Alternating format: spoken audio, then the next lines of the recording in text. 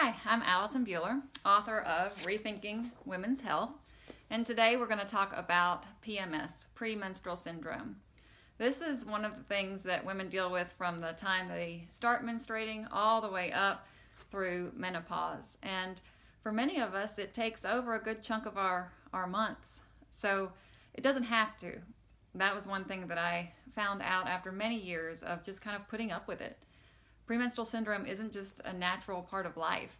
There are a lot of things that we can do to mitigate those symptoms, if not completely eliminate them. And so we'll talk about some of those today.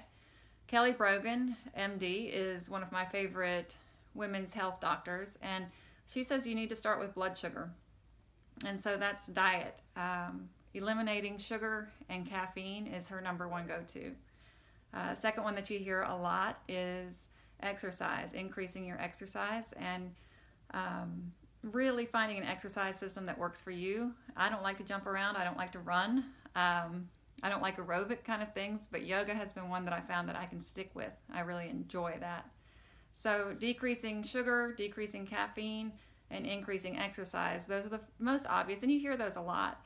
So I want to talk about a few that you might not hear quite as much about. And the first one is acupuncture. There is a lot of evidence that acupuncture helps with PMS. We don't really understand why, and any study that you read, I read dozens and dozens of studies trying to understand why it works.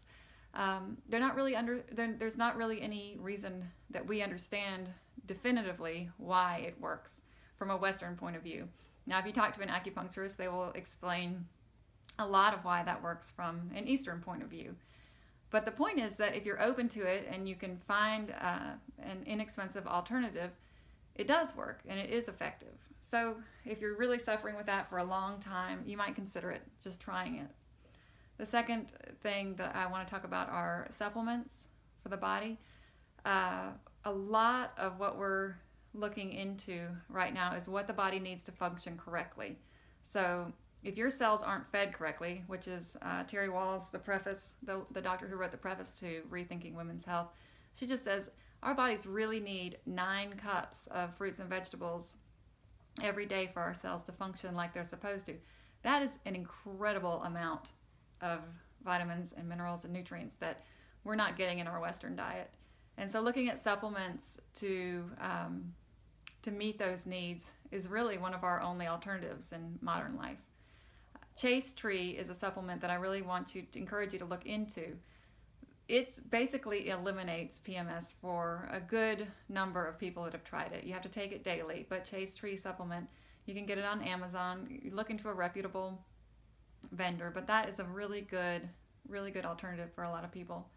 And then herbs. Herbs are packed with nutrients and vitamins and minerals that we don't get in our normal diets. And so learning how to make an herbal tea, I have on my website just my basic one.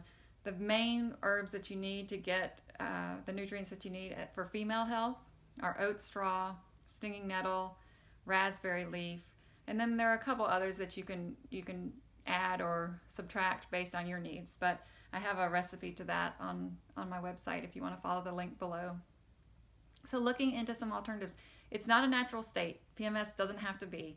There are things that we can do: diet, lifestyle, stress reduction, alternative therapies like acupuncture, and then supplemental nutrition. So look into those, consider those, and look for something that will work for you so that you don't have to take 3 to 5 days out of your life just waiting on your menstrual cycle to start. Thanks.